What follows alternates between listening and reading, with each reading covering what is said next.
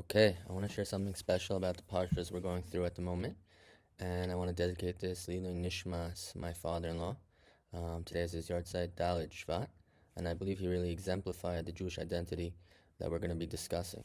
So let's get into it. Essentially, we are currently in Parshas Bo, right? And we're at the, if you're going up according to the Aliyahs each day, we are in Chamishi, but tomorrow the Jews actually leave. They leave Egypt, and that's it, we're out. But this also concludes a tremendous, portion of struggle that we had with Moshe and Paro. And in Shishi, we see right away that Hashem talks about being Mekadesh the Bechor, right? And there's a Kadesh the Bechor, it's a parsha that's in the Tefillin, and it appears in Shishi. So now on Al Panav, it seems that, this is related to, we just had the Makas Bechoros, but I want to draw our attention back to the beginning of the story, where actually the firstborn is mentioned, which is really interesting. So in Parsha Shmos, we see in the 4th parak, 22nd pasuk, Hashem says, "V'amarta al Paro kol mar Hashem b'ni b'chor Yisrael," and that's the end of the pasuk. So it's kind of a strange thing. He's saying to my son, my firstborn, and then he gives instructions for Paro that Moshe is meant to communicate, and this is the final communication with Moshe before he sees Aaron and before he meets with the elders. So this is like a meaningful thing, and it's meant to add, obviously. But it's like, what's Hashem meaning to give over? So I think, first of all, we definitely need to understand the significance of this just before we continue. That when something happens for the first time in the Torah, we know that it has extra weight. We give it tremendous significance, and this is essentially the Jewish people's introduction into the world, right? It's coming directly from Hashem, and Hashem is giving over to Moshe how to introduce the Jewish people to Paro, right? So more than that, this is within the framework of this tremendous redemption, right? And this redemption, and we know in general, the Torah is not stories. It's meant for us. It's very practical. So if this works for this redemption at this time, which is a tremendous redemption, it's Yetzias Mitzrayim, it should definitely provide us a framework for our redemption that we're eagerly awaiting. So let's try to understand what Hashem is communicating. On a basic level, Hashem is telling Paro, listen, just so you know, you're dealing with something serious here. This is very dear to me. This is my son. This is my firstborn. Okay, if Paro's even listening at this point, right, when Moshe first comes, Paro doesn't very much take him so seriously.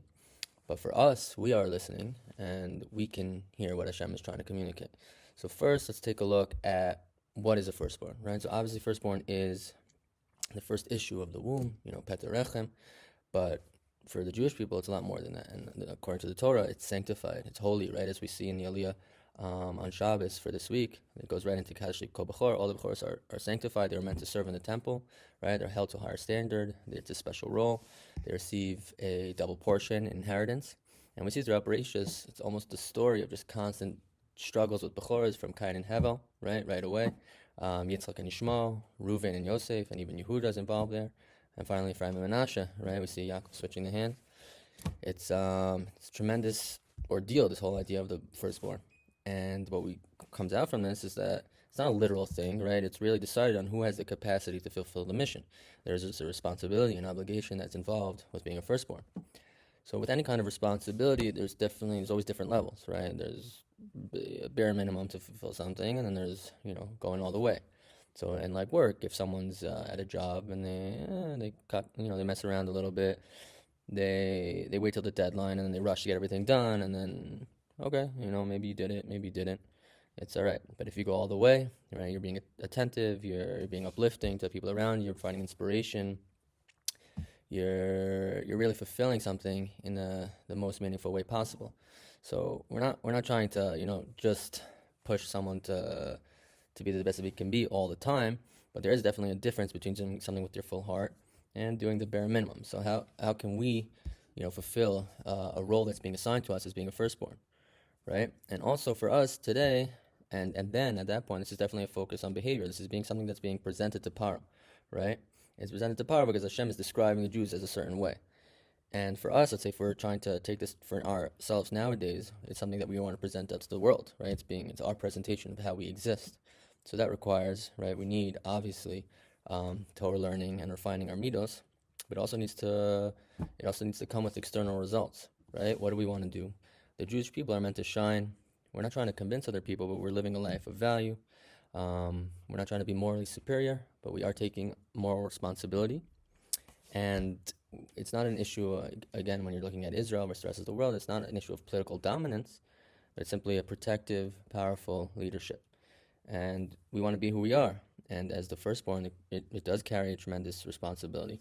And also, besides for as a whole, it's also something that very much relates to the individual, right? How can a person act in this way? What can they do? They can act with integrity, right? We can protect the vulnerable. We can lead by example. We can live with faith. And of course, we can build community, right? All these things are values that exemplify who we are as a Jewish people, what we stand for. And the consequences of this are literally world altering, right? If this is done the high level way, as we mentioned before, then there's redemption, right? As we saw with Yetzias Mitzrayim. I mean, in that case, obviously, Hashem had to come in and take over. But in our case, this is incumbent on us. And if we don't fulfill this, then also this could be world altering, but in the other direction, God forbid. So nowadays, we're not going up against Paro, but as we see very often in our tradition, that Paro can be interpreted as Pera, right? Which is like this idea of an anti-Semitic, just bad, like a dibora on the Jewish people. And this clearly exists today. And if we look to this model of redemption, we see that already Hashem is giving us the solution, the same way this preempted the whole story. Hashem says, B'ni b'char Yisrael, meaning if we're acting like the firstborn, if we're acting and we're taking this responsibility, then we're getting rid of this para because we're being who we're meant to be. And we actually see that the Lubavitcher Rebbe, who my father-in-law was very much attached to, the Rebbe emphasized that every Jew has a connection to the soul of Moshe Rabbeinu. Right? And Moshe Rabbeinu was the one who brought this message to Paro. And today, we are each taking on that role where we're coming forward and we're bringing this message to Paro, to the whole world, and we are showing who we are by being who we are and carrying and we're being representatives and being shlichim kilu of Hashem, and we're shining and we're being what we're meant to be. And then what does that result in? As in this week's parasha, we see when Paro is finally done after Makas B'char, he finally admits, he acknowledges who we are, and he says Uberachtem gamoti, and you should also bless me. This is like, wow, he sees who we are and acknowledges that his bracha is coming through us, which is really the role that we're meant to play. We're meant to be this light onto the nations and just provide this tikkun olam that we're trying to do. And God willing, this will change the view of the world and help the world see who we are, and eventually result in the house of Hashem being a place of prayer for all the nations. And God willing, the ultimate geula. So again, this Dvar Torah should be completely Lilu Nishmas, Rav Michal, Meir ben Chaim. And everyone should have a great Shabbos. Chaim.